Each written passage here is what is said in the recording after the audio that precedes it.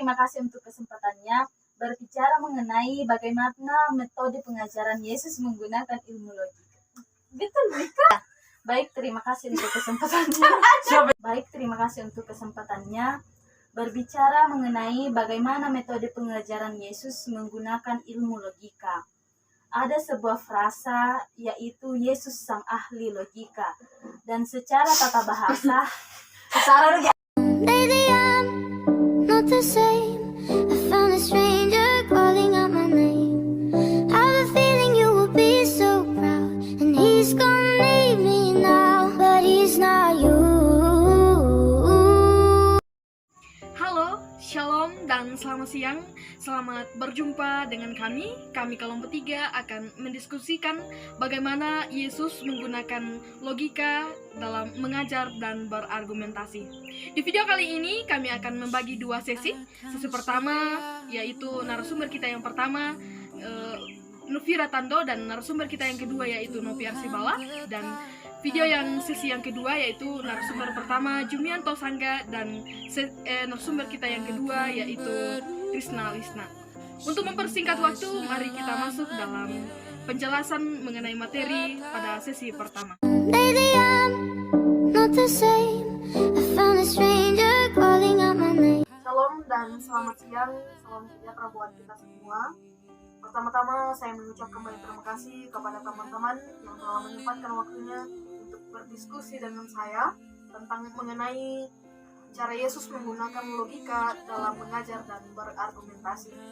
Untuk mempersingkat waktu, saya akan memberikan kesempatan kepada narasumber kita yang pertama yang akan menjelaskan mengenai pengertian metode mengajar dan logika. Dengan waktu dan kesempatan, saya persilakan kepada narasumber kita yang pertama. Baik, terima kasih untuk kesempatan yang diberikan kepada saya. Di sini saya akan menjelaskan apa itu metode mengajar dan logika.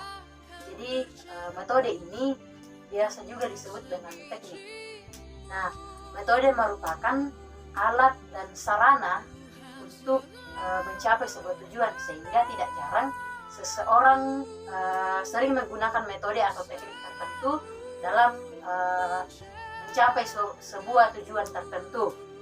Nah, lalu kalau kita berbicara tentang mengajar ini adalah suatu proses komunikasi 2 arah yang di dalamnya terdapat seorang guru sebagai pengajar dan seorang siswa sebagai pelajar yang akan memperoleh sebuah pengetahuan atau ilmu.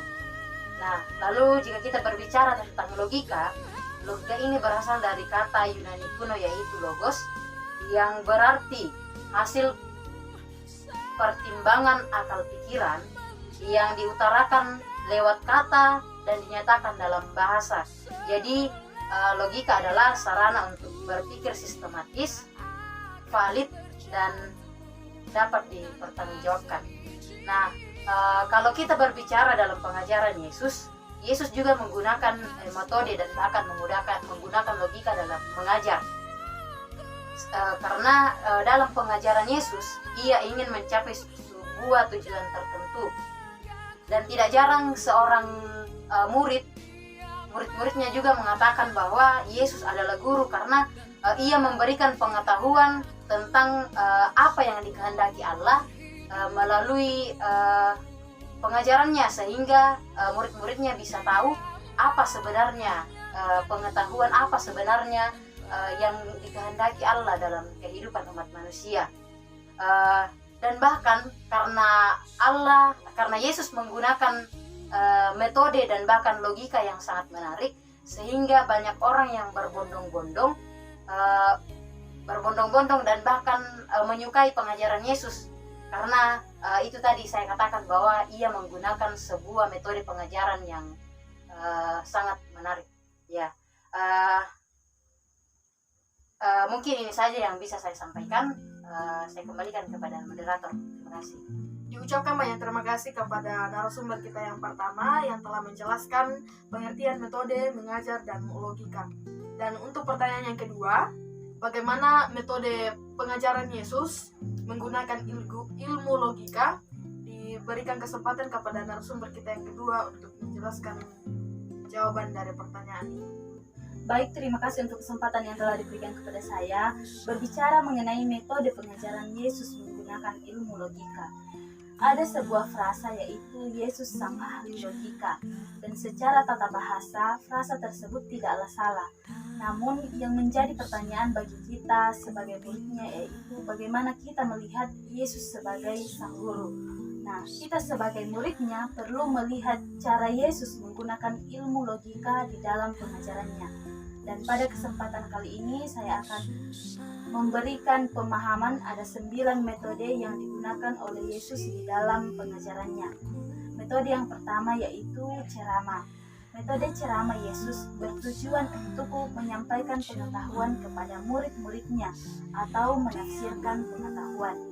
Metode ceramah yang diterapkan oleh Yesus sangat jelas di dalam peristiwa khotbah di bukit, di mana Yesus berbicara langsung kepada murid-muridnya. Di saat itu Yesus aktif dan murid-muridnya pasif. Itu merupakan salah satu ciri dari ceramah, sehingga metode ceramah adalah metode yang digunakan oleh Yesus untuk mengkomunikasikan materi. Metode yang kedua yaitu bimbingan. Yesus mengajar murid-muridnya dengan ceramah disertai dengan bimbingan pada mereka. Yesus berceramah kepada murid-muridnya, kemudian membimbing mereka untuk mengamalkannya. Sebagai contoh, metode pembimbingan dalam pengajaran Yesus tampak dalam percakapannya dengan perempuan Samaria. Bisa kita baca dalam Yohanes pasal 4 ayat yang pertama hingga ayat yang ke-42. Yesus menjelaskan dengan membimbing untuk menyelesaikan konflik sosial, budaya, dan agama antara orang Samaria dan Yahudi. Metode ini jelas ketika Yesus membimbing perempuan Samaria dalam hal agama dan teologi. Yesus membimbing dengan meluruskan kepercayaan perempuan Samaria tentang tempat penyembahan. Dan metode yang ketiga yaitu menghafal. Dalam Alkitab, Yesus memang tidak memerintahkan secara khusus kepada murid-muridnya untuk menghafal ayat-ayat tertentu dalam kitab suci. Namun metode untuk menghafal sangat penting bagi murid-muridnya secara pribadi. Metode menghafal tersebut tidak lepas dari anak-anak Yahudi yang belajar, yaitu dengan menghafal apa yang diucapkan oleh orang tua mereka. Kebiasaan Yahudi ini disebut dengan tradisi lisan atau tradisi oral. Dalam tradisi oral ini menunjukkan bahwa ingatan orang-orang Yahudi sangat kuat. Metode yang kelima yaitu percakapan. Yesus dalam pengajarannya juga menggunakan metode percakapan. Metode percakapan tidak hanya dilakukan Yesus kepada murid-muridnya atau pengikutnya, tetapi juga kepada orang-orang Farisi yang tidak percaya. Juga Yesus melakukan pengajarannya kepada orang-orang yang berdosa. Sebagai contoh, Yesus mengadakan percakapan dengan perempuan Samaria dan dengan Nikodemus. Metode percakapan ini dapat ditemukan di dalam kitab Injil. Metode percakapan yang dipakai oleh Yesus merupakan suatu cara yang digunakan untuk memberikan jawaban dan pertanyaan dalam pengajarannya. Metode keenam yaitu teladan. Pengajaran Yesus dengan metode teladan nampak pada Yesus mengajar tentang berdoa. Teladan Yesus di dalam mengajar murid-muridnya sangat nyata ketika Yesus ada di Taman Getsemani untuk bergumul di dalam doanya. Dan metode yang ketujuh yaitu perjumpaan. Di dalam melakukan pengajarannya, metode perjumpaan sering digunakan Yesus. Misalnya, Yesus melakukan perjumpaan untuk melakukan penyembuhan, baik kepada orang sakit, orang buta, dan melalui beberapa undangan untuk makan bersama. Metode yang kedelapan, perbuatan simbolis. Sebelum Yesus mengadakan pelayanan di depan umum, Yesus dibaptis oleh Yohanes Pembaptis dengan perbuatan simbolis. Metode yang kesembilan yaitu metode kontekstual. Yang dimaksud dengan metode kontekstual di sini adalah metode Yesus dalam melayani orang-orang buta. Sebab dalam penerapan metode yang dipakai oleh Yesus terhadap menyembuhkan orang buta yang satu dengan yang lainnya berbeda-beda.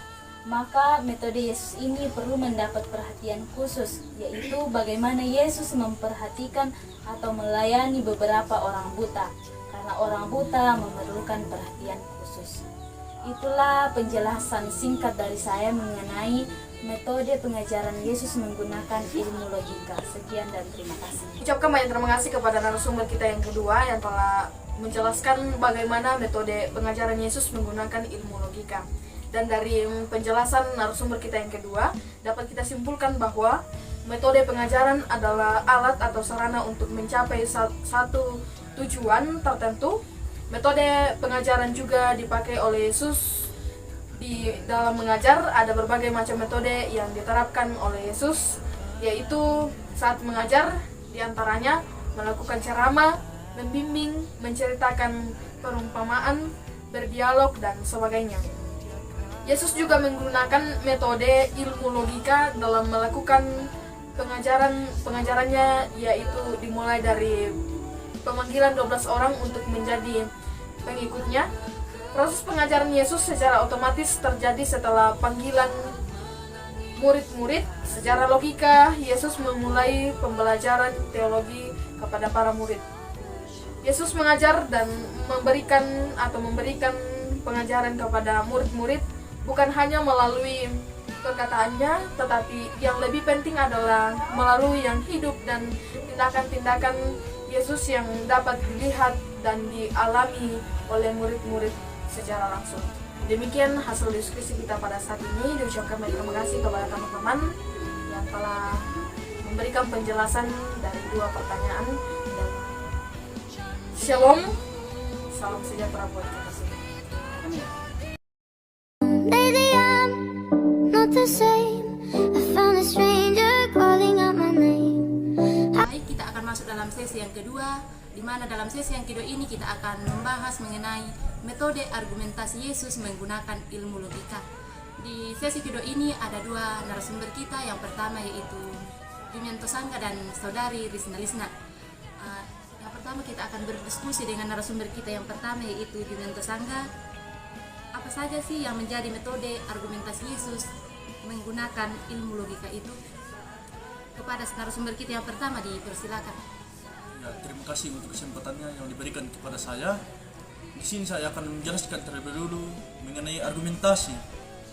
Jadi argumentasi adalah turunan dari verba to argue, yang artinya membuktikan atau menyampaikan sebuah alasan yang dapat meyakinkan seseorang atau pembaca.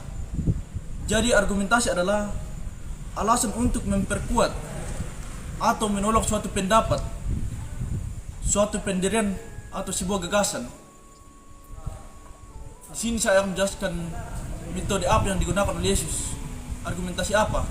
Jadi yang pertama itu Yesus menggunakan hukum-hukum logika secara konsisten dalam berbagai jenis pengajarannya. Aksioma logika tersebut dikenal dengan sebutan hukum-hukum logika atau the law of logic. Jadi hukum-hukum ini bersifat universal atau bersifat umum, bersifat mendasar, bersifat benar, dan tidak dapat disangkal. Jadi karena itu logika ini bersifat universal dan tunggal untuk semua bidang ilmu pengetahuan termasuk teologi. Jadi hukum logika ini yang dimaksudkan di sini ialah hukum-hukum logika yang dicetuskan oleh salah satu tokoh, yaitu Aristoteles, yaitu hukum identitas. Hukum tidak ada jalan tengah dan hukum kontradiksi.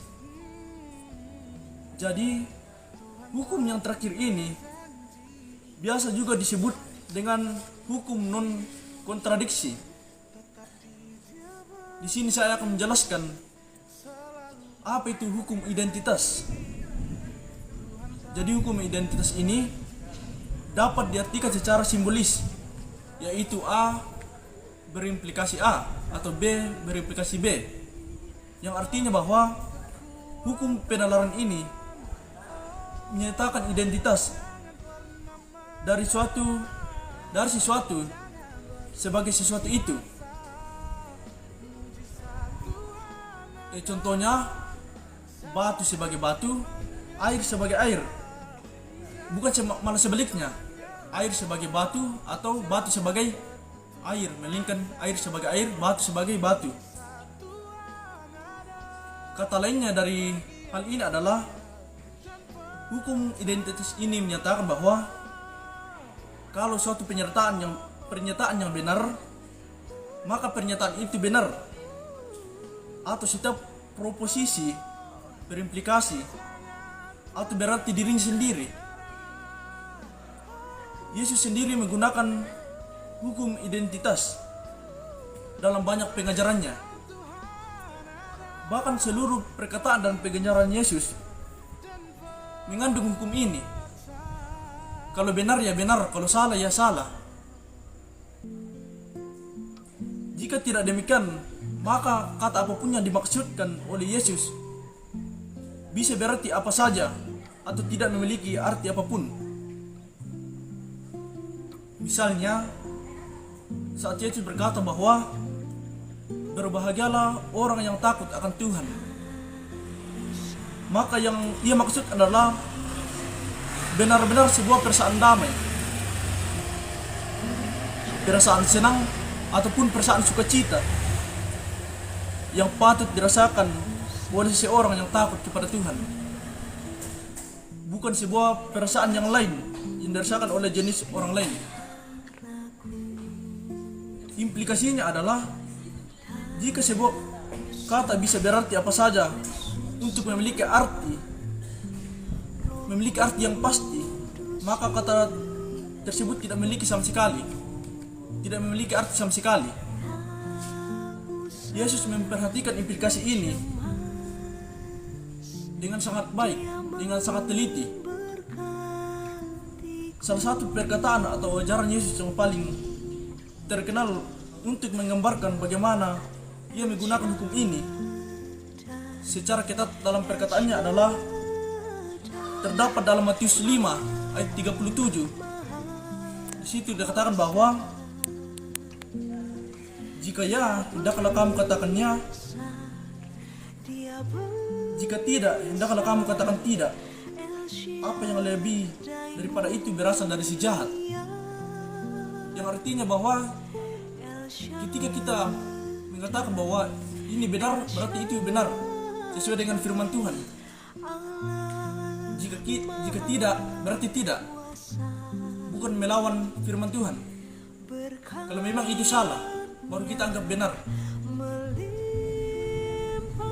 Pada ayat ini ditegaskan tentang identitas dari ya. Hendaklah kita katakan ya, ataupun tidak, hendaklah kita katakan tidak. Dengan demikian, setiap kata dan kalimat yang Yesus gunakan untuk mengidentifikasi sesuatu sebagai mengidentifikasi sesuatu atau bukan sesuatu merupakan bukti bahwa ia secara keseluruhan menggunakan hukum identitas. Demikian yang saya sampaikan dalam hal ini. Saya ucapkan terima kasih. Baik, terima kasih dari pembahasan dari narasumber kita yang pertama. Kita akan melanjutkan pada narasumber kita yang kedua, yaitu Lisna. Ya, silakan. Baik, terima kasih atas kesempatannya. Di sini saya akan melanjutkan metode argumentasi Yesus menggunakan ilmu logika. Metode yang kedua di sini, di mana Yesus menggunakan banyak bentuk penalaran dalam berargumentasi secara konsisten.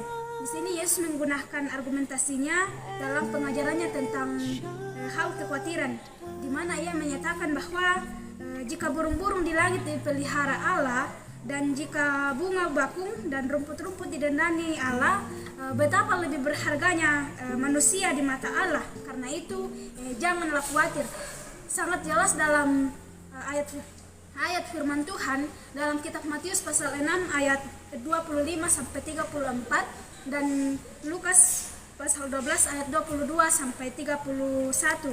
Nah, berikutnya Yesus juga menggunakan argumentasi dengan orang-orang Farisi dan ahli-ahli Taurat soal menyembuhkan orang pada hari Sabat. Nah, dalam hal ini Yesus menyatakan bahwa dalam setiap kesempatan yang berbeda bahwa jika menangkap dan menyelamatkan domba yang terjatuh ke lubang serta membawa lembu dan keledai untuk minum serta melakukan sunat pada hari Sabat, apalagi menyembuhkan seorang manusia serta menyelamatkan manusia pada hari Sabat. Nah, yang metode yang ketiga yaitu Yesus memberikan keteladanan tidak hanya dari perkataan tetapi juga tindakan secara konsisten. Nah, Yesus tidak hanya menunjukkan bahwa ia konsisten dalam hal pengajaran, tetapi secara praksis diterapkan melalui moralitasnya. Ia terapkan melalui moralitas Yesus. Nah, jika Yesus mengajarkan kasih dan mengasihi, tetapi ia sendiri memilih untuk tidak menolong dan menyembuhkan seseorang, bahkan jika itu terjadi pada hari Sabat, maka tentu ia tidak konsisten secara logis. Jadi, di satu sisi, Yesus memiliki dan menggunakan intelektualnya secara ketat logika. Nah, ketika ia mengajar dan berargumentasi dengan orang-orang, Yesus tidak mengesampingkan bahwa pentingnya menggunakan bentuk penalaran yang logis dan valid. Nah, jadi itu tidaklah mengherankan karena kemampuan-kemampuan serta pencapaian-pencapaian intelektualnya di dunia berakar di dalam Kristus yang Maha Tahu, Maha Hadir dan Maha Kuasa. Nah, di sisi lainnya, Yesus juga memberikan pengajaran melalui pemberian teladan dan contoh bagi para rasul dan orang-orang lain. Jadi intinya di sini bahwa konsistensi Yesus ini tidak hanya tampak pada dalam kata-kata, tapi juga ia mengimplementasikannya pada perbuatan atau melalui perbuatan dan tindakan. Terima kasih. Baik, terima kasih atas penjelasan dari narasumber kita yang kedua. Jadi dapat disimpulkan bahwa metode-metode yang telah dijelaskan oleh narasumber kita yang pertama dan yang kedua, bahwa pembuktian memberikan sumbangsi besar bagi pemahaman tentang bagaimana Yesus mendasari dan mengungkapkan pendapatnya. Saat ia menjawab pertanyaan lawan, mengajukan argumen-argumen, mengubah alur diskusi, mengajak orang lain untuk percaya dan mengikutinya, menyingkapkan dan mengajarkan tentang kebenaran, Yesus benar-benar menyusun dan menyampaikannya semua itu dengan rapi atau apik. Yesus tidak sekedar menyampaikan pendapat di muka umum tanpa latar belakang pemikiran yang jelas. Ia juga menggunakan argumen yang valid dan benar serta metode yang selalu kontekstual, sesuai dengan siapa ia berbicara.